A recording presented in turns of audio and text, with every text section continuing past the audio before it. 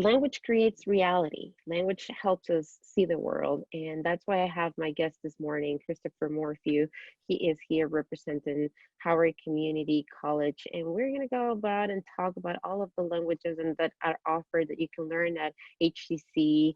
He's with the ELC Academic Support Coordinator, and I think it's time for me to just take a step back, mute myself for a moment, and allow you to talk and just start with telling us a little bit about yourself and maybe where that passion for languages came from. So my name is Chris Morphew. I work at Howard Community College, and I've been at the college for 4 years now. So this fall marks the 4-year mark. I'm originally from Texas. My wife and I moved here 4 years ago. And when we were there, I got my bachelor's and master's in linguistics. So I'm really, really passionate about all the languages of the world. I've studied 5 myself. One, of course, English. I've studied Spanish, French, Italian, and Russian. So I definitely get really excited when I'm talking about different languages and the way that they do, as you said, Chris, shape reality. When I got to the college, I started as an adjunct teacher in English as a second language. So I work primarily with international students from all around the world. After about a year and a half or so of teaching adjunct classes, I started to work on some of our special projects in the English Language Center. So working with our Naju students from Naju City, South Korea, who come in the summer. They bring 30 students. And they come and they hang out with us for 2 weeks. They take English classes as well as do all kinds of cultural trips. And then about a year ago or so, I became a full-time staff member in the English Language Center. And that's my current role, which, as you said before, is the Academic Support Coordinator.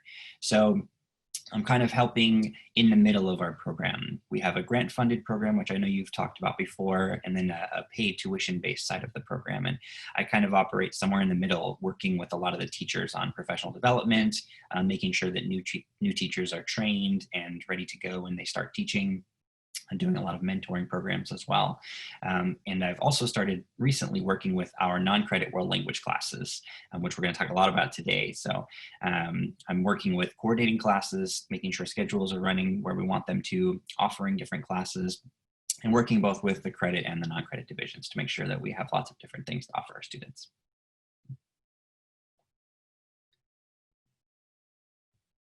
As I work in technology, I'm sorry.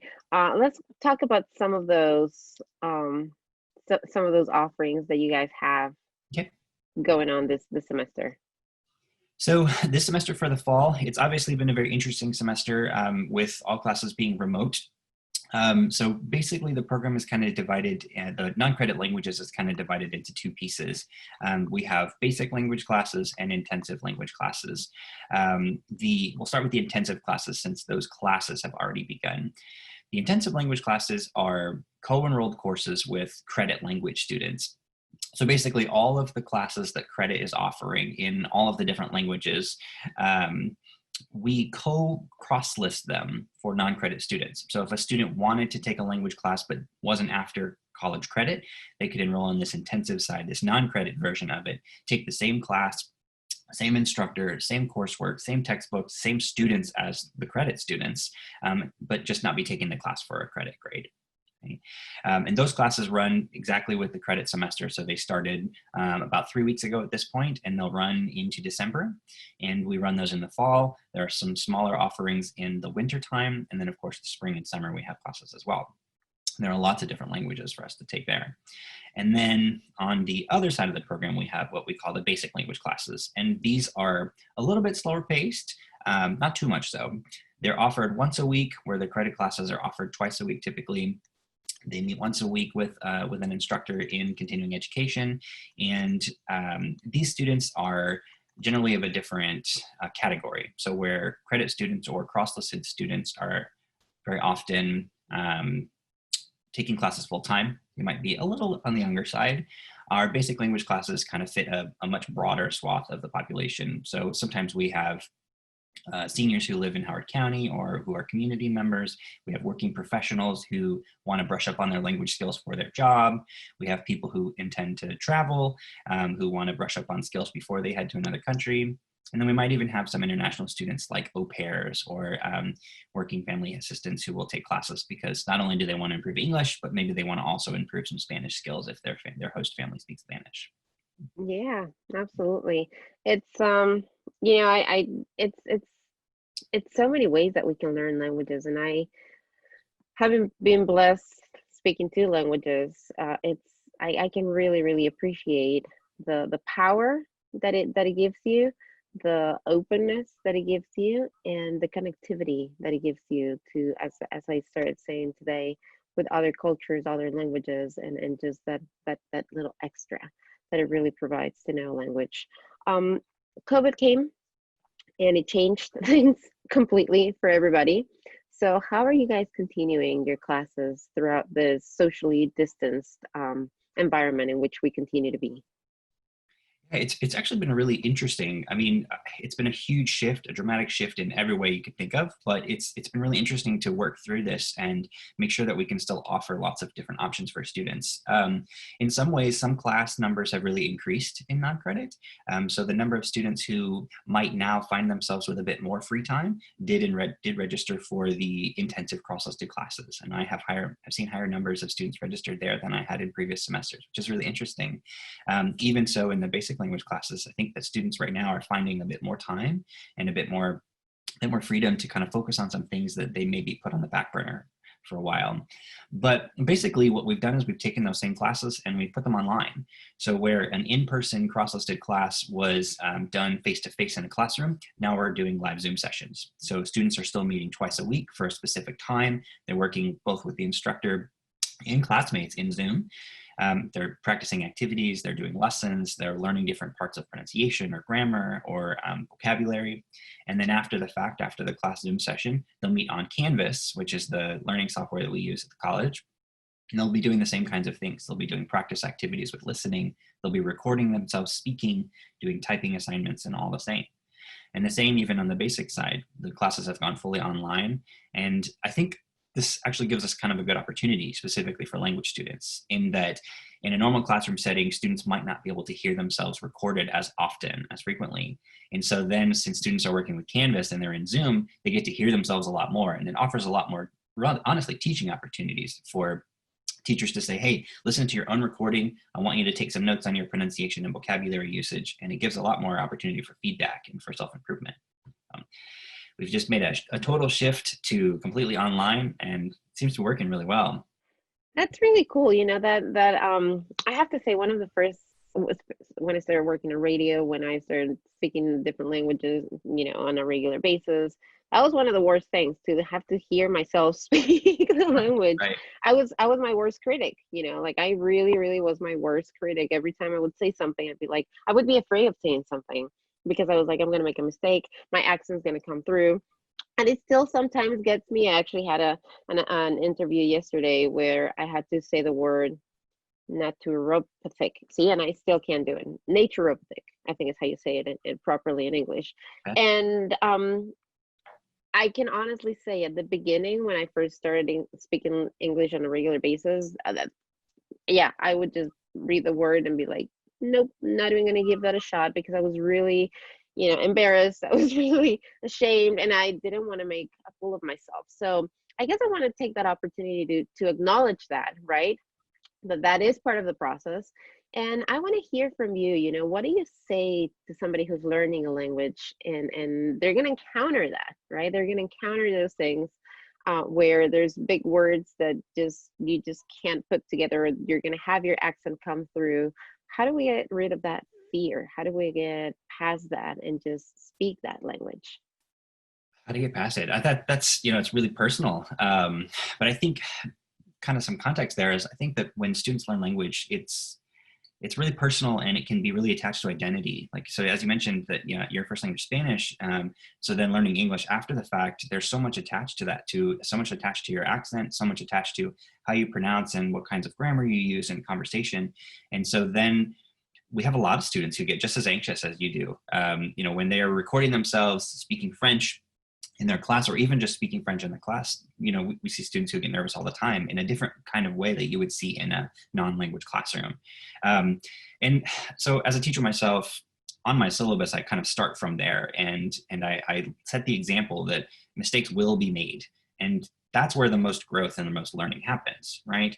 If everything was perfect all the time, then you wouldn't have the opportunity to practice that word that you had trouble with this last time, right? And so just encouraging students that the more that you make mistakes in some ways, the more that you can grow. And those little mistakes are opportunities more than they are like negative feedback on who you are or how you're using the language.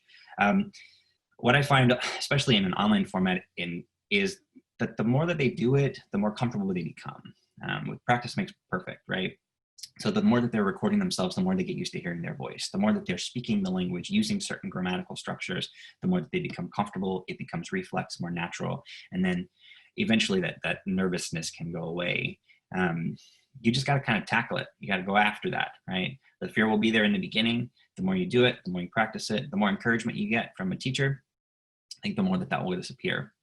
Yeah, I only encounter big words now every so often. So all the words have shrunk. For me, they're not so big anymore. So you talked about the basic languages, and you said that usually the students are maybe on the younger side. Tell us a little bit about why that is. Who are they designed for? What's the goal of the basic languages? So the goal of basic language classes is to, I think the kind of clear one is to meet the language needs of the students, right? But that can obviously mean very different things. So we want them to obviously reach language learning goals. We want them to be exposed to different cultures in different ways. So where some students are looking for only being exposed to the culture they might experience while traveling, we have travelers classes, right? And that's obviously few and far between right now, but those classes have been here for years before, where students had intended to travel in the summertime, so they would take a class simply to kind of get prepared for that. But in other cases, like in our beginning Japanese classes, students might be very interested in about a lot more pop culture or what the kind of daily life culture is like in Japan. So we have classes that are Japanese that are kind of getting them primed for learning more about Japanese culture in general and how to use a language in that same capacity. But there might just be students who or older students took Spanish, for example, a long time ago and want to brush up because maybe they have a Spanish speaking coworker and they want to be able to become better friends that way. So the classes are kind of designed along all those fronts, where some classes might focus on travel specifically, or some might focus on conversation skills. Like in our this past summer, we had a conversation class, or some might be developed simply for using language in general, kind of covering all the different skills. So it's pretty nice that we kind of cover all the different needs of different populations because it's so diverse. So it's really for anybody who's just interested in even just taking a stab at learning another language, or just getting familiar with some of it. What's Absolutely. the difference then with the intensive ones? So then the intensive, like I mentioned before, they're a bit more intensive, of course, as the name would suggest, right? So the intensive classes are cross-listed and co-enrolled with credit students. So usually students will need to be able to devote more time. So the classes meet double as much. They meet twice a week versus once a week in the basic classes. They're going to have a bit more intensive workload where they'll have more assignments. They won't be given a credit grade at the end of the semester, but they will be given assignments that will be graded, right? So that still happens in the basic language classes, but the goal is a bit more, I don't want to say aggressive, but a bit more direct, right, in the intensive language classes. So students are basically, they're taking a credit class, but they just don't receive college credit in the end. So how many languages are available right now at HEC to learn? So we have, like I mentioned, the basic and the intensive. In the basic language classes, we have 6 different languages available. So we have American Sign Language, we have French, Italian, German, Spanish, and Japanese. And on the intensive side, we have 14 different options available at the college. Wow. Yep, and these are all offerings from the credit side that we co-enroll with. And we have that same set of 6 languages plus a bunch more, things like Mandarin, Chinese, Hindi, Persian, Turkish, Arabic. So there are all kinds of different languages available. So what are some of the most popular ones that you guys see that people are, always registering? Like you guys need to maybe even waitlist or create a second class because it's just so popular. The thing we see that the most with Spanish and with American Sign Language, where they're always filling up really quickly. There are lots and lots of sections of both, but other languages that are popular are French, German, and Mandarin Chinese as well. That's interesting. I wonder if it has anything to do with the way the the world is going, if technology is something that has to do with that. I've always been fascinated by, at first it was just you need to speak languages, you need to speak English and Spanish, you need to speak English and Spanish. Like I grew up knowing that, right? And then once I was graduating from high school, it was like, okay, now you need a third language. And it was like maybe French, or maybe this or maybe that. And it was always correlated to the economy and how the world was going. So I've always found it fascinating how we understand as humans, right, the importance of learning other languages, and how it dictates which one we should learn over another. It's fascinating to me. Do you find that through, through HEC, through the different semesters, that maybe one semester there's one language that's just really popular, and maybe it's because like for instance, Korean. I know for a little bit there was a lot of Korean pop culture out there, and all of the kids on campus, were talking about Korean, and they knew Korean, and they were writing symbols. Do you find that a lot? Absolutely, right. I think some of those trends kind of happen a bit longer term, especially given where we are in Maryland. We're so close to DC, so close to Virginia, and then of course Fort Meade right up the road. So there's a lot of use of different language for jobs all around the area. So we see kind of trends long term, what we call critical languages, things like Korean, Mandarin, Russian. The need has increased really greatly over the last number of years, 4 to 10 years. But then we also see on the short term things like with K-pop exploding in the country. Students got Yes. super interested in Korean culture, and then Korean, sometimes we see increases in those classes. So yeah, we absolutely see both long term mirrors, but then also kind of a short term mirror of what's going on. Mhm. And that's fascinating to me. That's just really cool. It speaks so much to how the world works and what's happening around you. When I started seeing people talking about Korean, I was like, okay, what's going on that everybody now suddenly it's Right, wants to right. learn Korean and wants to know something in Korean, right? Mhm. So I know you mentioned that you get that we teach a lot of languages, and we talked about the most popular ones. What are maybe some of the unique ones? Because there's times where you want to learn the language and you just don't know where to go for that. Right, sure. Yeah, and we do have some of those. Some of the languages that we have that are not quite as popular at the moment, but like you said, are super unique and have really, really interesting features of them. We offer Hindi at the college. We have Hebrew, the Hebrew language, Persian, so from Iran, and then Turkish as well. Smaller class numbers, but still really, really worthwhile languages that do some really interesting stuff, interesting grammar, interesting pronunciation, really unique offerings that not a lot of colleges around the country are offering. That is very cool to know that there's places where you can go and look for this, I would say, non-traditional languages, right? And you have to have an interest sometimes for some of those languages. I feel Greek is also one of those languages where you either have somebody in that culture or something like that for you to want to explore that language. Maybe traveler, maybe as a traveler option We would see be, that because a I think, lot. We also see that with what we call heritage speakers. So these might be students who have family members. So I took Russian classes at the college a couple years back, and actually about half the students in the class were heritage Russian speakers, where their family may be from Russia or from a Russian-speaking country, and they were born in the U.S., but their Russian skills are either rusty or underdeveloped because of being in an English environment all the time, and they really wanted to reconnect with that. And I know we see that in other languages as well, where students may have been exposed to the language as a kid, with family, or even just with like church attendance or just their local community, and they really wanted to bolster that to reconnect with that part of who they are. and I'm glad that you brought that up, because, for instance, my children, they speak Spanish. You can have a conversation with both of them. I don't know how well they would write, and I don't know how well they would read. I'm sure that they can figure a few things out, but if they really wanted to use it in the work world or anything like that, I think they would have to go and really brush on those skills of reading and writing properly, so that they can actually, um, I guess, advertise themselves as bilingual for work Sure, purposes, sure. Yeah.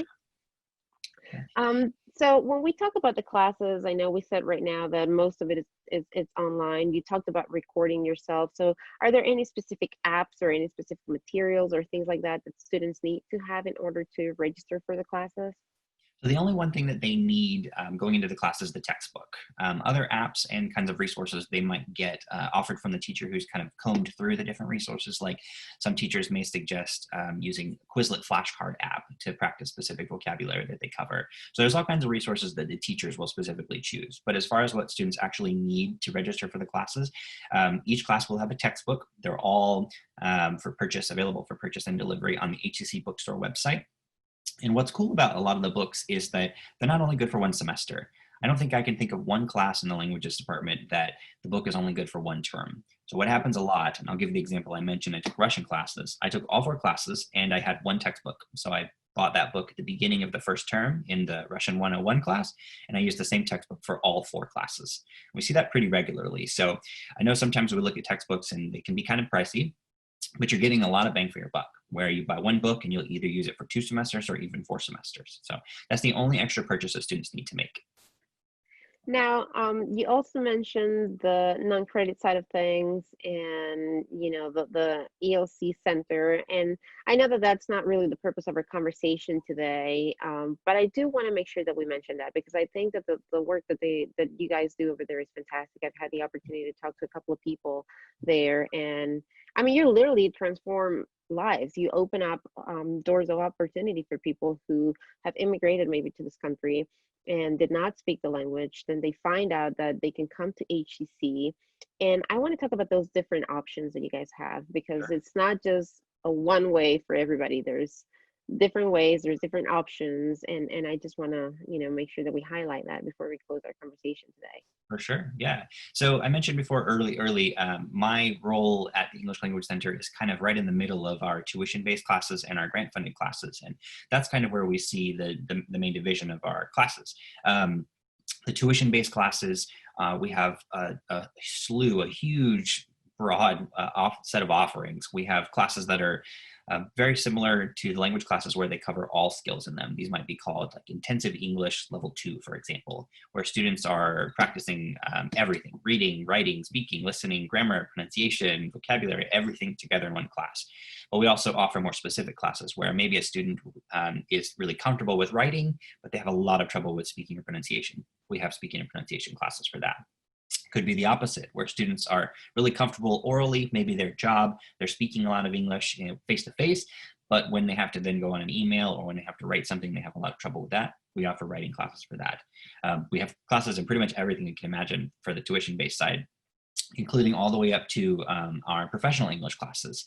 So we offer advanced high-level students classes in things like business communication or pronunciation training, where tutors get to meet with them one-on-one. At times we've offered English for social media and marketing classes. So there's really a wide set of offerings on the tuition-based side. And that doesn't mean that there's not a wide set of classes on the grant-funded side as well. These classes are generally aimed at students who are really aiming for work proficiency or even sometimes moving towards career goals. So we have all skills classes. So we might call these community English classes, where the focus is more on a daily life type of English for students who are building up to fluency.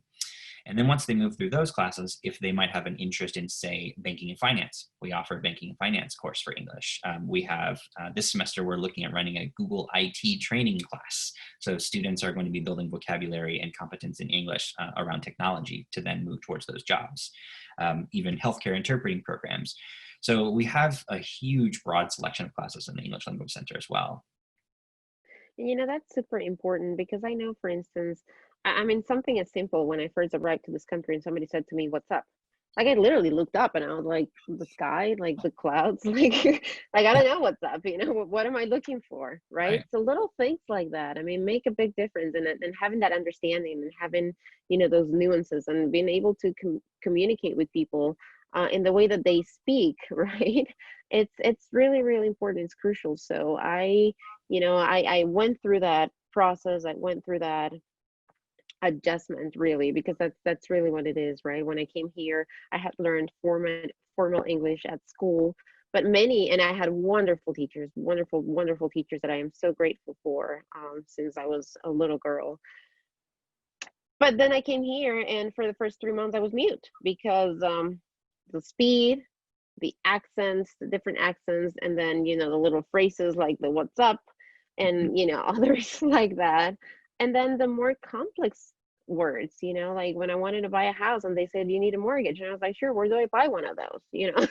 How much does it cost, right?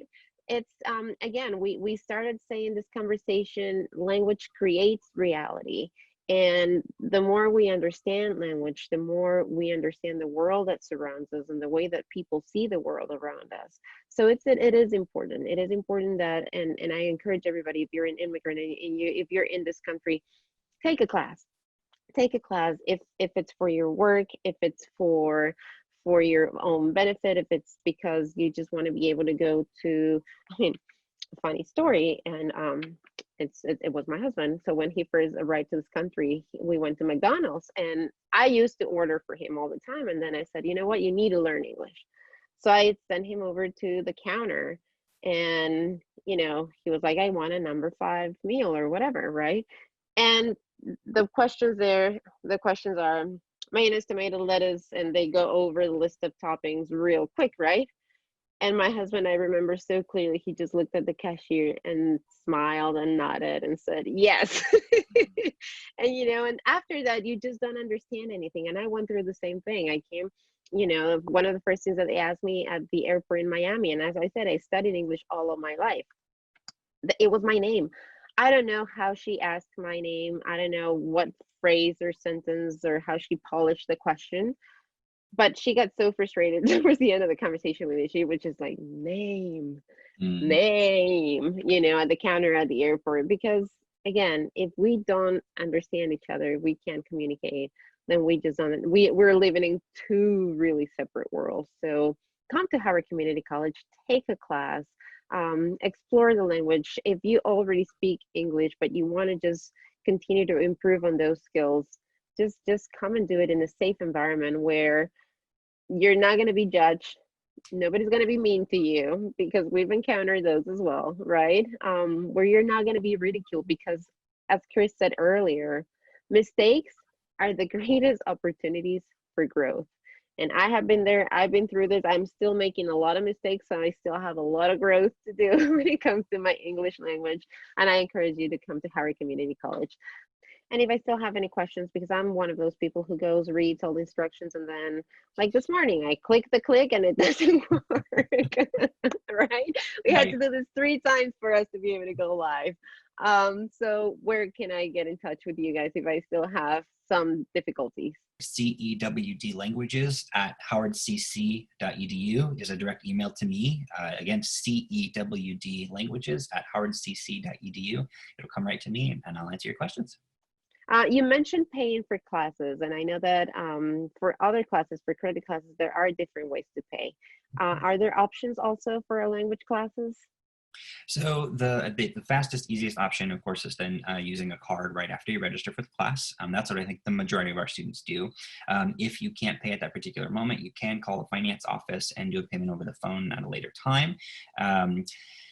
And depending on how much, I know that HCC offers different tuition payment plans for certain classes. I'm not super knowledgeable about a lot of those plans, but contact the finance office and they can give you lots more information about that. Fantastic. Chris, is there anything else that we haven't covered? Is there anything else that we want to make sure that people know before we wrap our conversation up today? Well, I think kind of circling back to what we said before, your question was about how do people get over the fear of using that language? And I think sometimes that can be kind of a last step or a last obstacle that students think about before they register. And, it's going to be difficult and I'm going to be making these weird noises and I'm going to have to talk to my peers. But I can say from experience, just jump into it, take a risk and be a bit fearless and jump into that language class. And, not only will you learn a new language, but you'll learn about a new culture. You'll learn about a new kind of people. Like you said before, language shapes reality and you can learn how different cultures think and how different people around the world see that same world that you're looking at very differently. And I think it's just a really, really great opportunity to grow as a person and connect a little bit better in a world where right now we're not physically connected. You can still connect with people in a lot of different ways.